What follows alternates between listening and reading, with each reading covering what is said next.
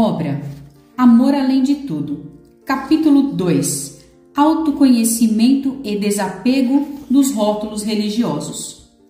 No plano físico, muitos de nós supunhamos que a morte seria o ponto final aos nossos problemas, enquanto outros muitos se acreditavam privilegiados da infinita bondade por haverem abraçado atitudes de superfície nos templos religiosos. A viagem do sepulcro, no entanto, ensinou-nos uma lição grande e nova, a de que nos achamos indissoluvelmente ligados às nossas próprias obras. André Luiz, pela psicografia de Chico Xavier. Ação e Reação, capítulo 2. No dia seguinte, cheguei muito cedo ao Hospital Esperança para a tarefa de rotina. O dia clareava. Quem acredite que as coisas por aqui são muito diferentes em relação ao mundo físico, mas não são. Por aqui também temos emprego, salário, cartão de ponto, política administrativa, demissão e dor de cabeça. E, gente, temos mesmo é que rir, nada de reclamar e querer um céu diferente. Trabalho e disciplina são instrumentos de crescimento para almas em aprendizado como nós. Não tem como fugir. Trabalhar, aprender e servir são ações que nos levam à cura espiritual. Não é para desanimar ninguém que conta essas coisas, é para desmistificar. Existe muita idealização a respeito do que acontece aqui no mundo espiritual. Muitas vezes me senti em dúvida e ouvi de outras pessoas o mesmo questionamento. Estamos na vida carnal ou fora dela? Existem momentos nos quais parece que nada mudou. Tem hora que, sinceramente, tenho a sensação de que não desencarnei. De tão próxima e semelhante é a situação entre o que acontece no plano físico e aqui. O azul aqui continua sendo azul. O rosa continua sendo rosa. Dor disso, dor daquilo. Deixe-me contar só mais uma coisa, senão vou acabar fugindo do tema e falando demais. Além dos propósitos de meus benfeitores, aqui temos que tomar banho, escovar os dentes e realizar outros cuidados também, viu? Apesar de muito cedo, já havia me alimentado. Durmo pouco, mesmo já tendo melhorado. Melhorei porque não tomo mais benzodiazepínicos para dormir, nem preciso mais do cigarro para me acalmar. Para quem não sabe o que é benzodiazepínicos, vou logo dizendo, não tem nada a ver com benzer. É benzo, são tranquilizantes ansiolíticos para acalmar os nervos.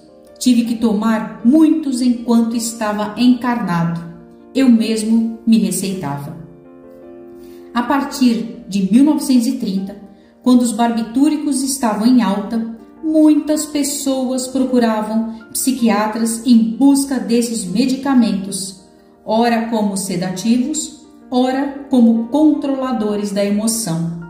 A minha diva predileta, Marilyn Monroe, linda e maravilhosa, tomou barbitúricos demais.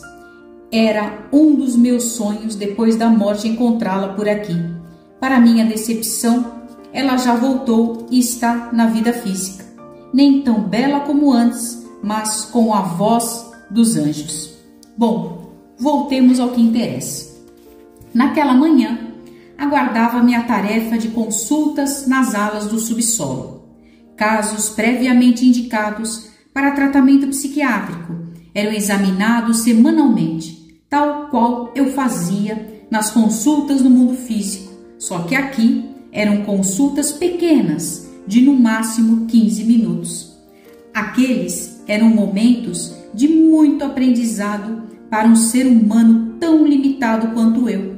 E além disso, uma tarefa que, com toda sinceridade, me exigia muita paciência, algo em que ainda não sou dos melhores. A maioria de meus pacientes era espírita e os demais médicos do hospital preferiam que o atendimento a espíritas fosse realizado por mim, sob a alegação de que eu os conhecia melhor. Honestamente, acredito que eles não conseguiam tratá-los e por isso os encaminhavam para mim. Não fossem minhas necessidades de aprendizado e crescimento, acredito que já teria abandonado essa atividade. Só continuava aquele exercício de persistência porque me via como o doente principal, aquele que mais precisava do remédio que indicava aos doentes que buscavam o meu auxílio. Eurípides Barçanufo e Modesta, ao contrário, olhavam para minha postura de psiquiatra, que falava sem rodeios, como uma medicação na medida certa para os casos que me eram entregues.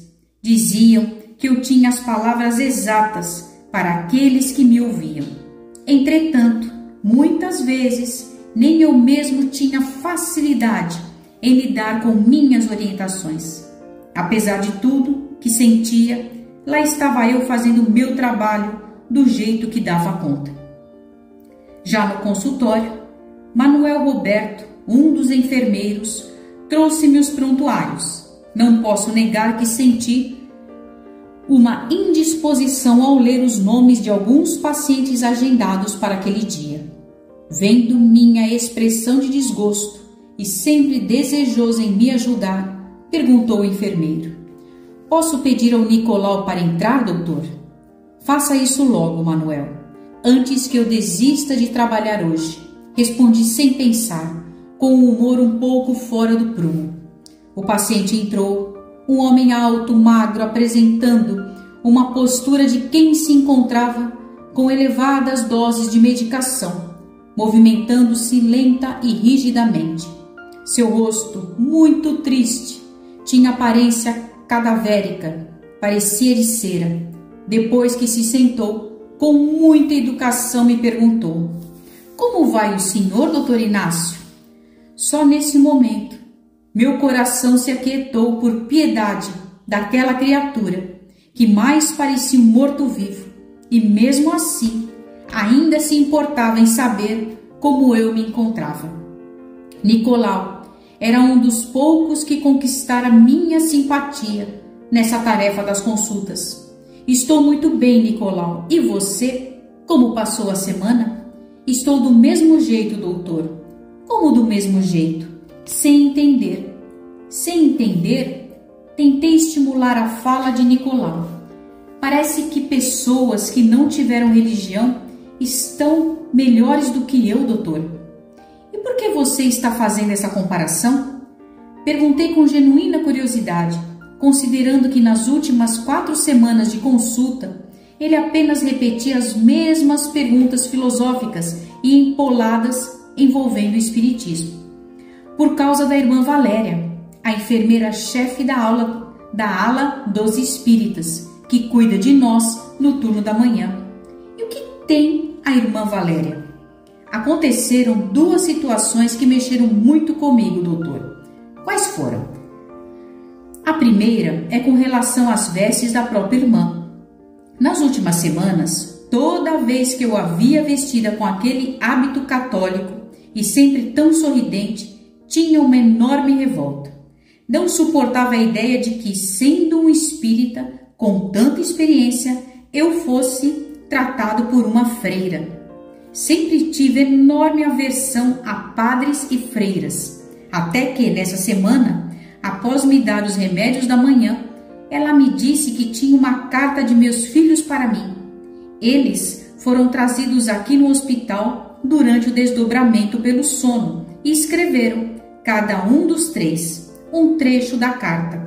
Irmã Valéria leu a correspondência com muita emoção para mim, junto ao meu leito, e com a maior paciência. E ouvindo as palavras de meus filhos por meio da voz melodiosa da irmã Valéria, pela primeira vez, desde que cheguei aqui ao mundo espiritual, acho que senti Jesus perto de mim, e isso mexeu muito com o meu coração. E qual foi a outra situação? 2 dias depois desse episódio, Senti-me tão bem que fui passear no jardim. Para minha surpresa, mais uma vez lá estava a irmã Valéria, colocando o lixo na lixeira, varrendo o passeio dos jardins e catando folhas secas caídas no chão. Fiquei olhando de longe e minha curiosidade foi tão grande que resolvi perguntá-la qual era o cargo dela na ala onde estou internado. Com muita simplicidade, ela me informou que responde por toda aquela ala há mais de 20 anos. Minha mente deu um nó. Ver a simplicidade da irmã e saber de sua grandeza espiritual foi demais para mim. E por que você se sentiu assim?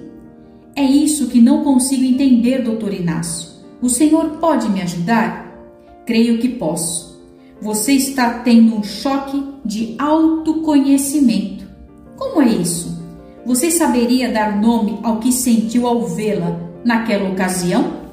Sei lá, doutor, acho que me senti envergonhado, talvez até humilhado. Humilhado?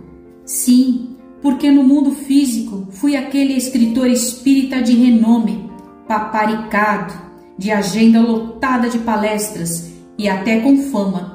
E ao chegar aqui, sou um doente, insano e cuidado por gente de outra religião, a qual eu mesmo desprezei durante toda a minha vida.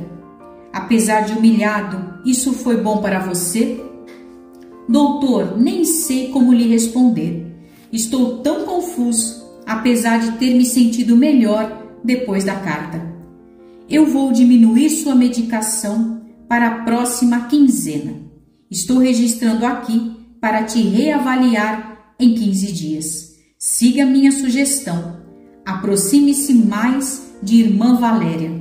Só isso, doutor? Já é muito por hoje. Vá com Deus. O Senhor também fique com ele, doutor. Eu sabia que essa era uma etapa importante do tratamento de Nicolau, mas, pelo menos por enquanto, eu não tinha muito o que fazer. Choque de autoconhecimento é um sintoma de que as máscaras vão cair a qualquer momento. Depois disso, vem uma fase crítica que exige cuidados especiais em outra ala, com iniciativas mais educativas. Aquela ala, sob os cuidados de irmã Valéria, continua pacientes em estado muito desesperadores, recém-desencarnados e mesmo casos de pessoas que já estavam há um bom tempo internadas e ainda assim distantes desses choques de renovação espiritual. Todos muito relutantes em se autoconhecer e assumir suas responsabilidades. Assim que fiz minhas anotações de rotina, solicitei a Manuel Roberto que fizesse entrar o próximo paciente.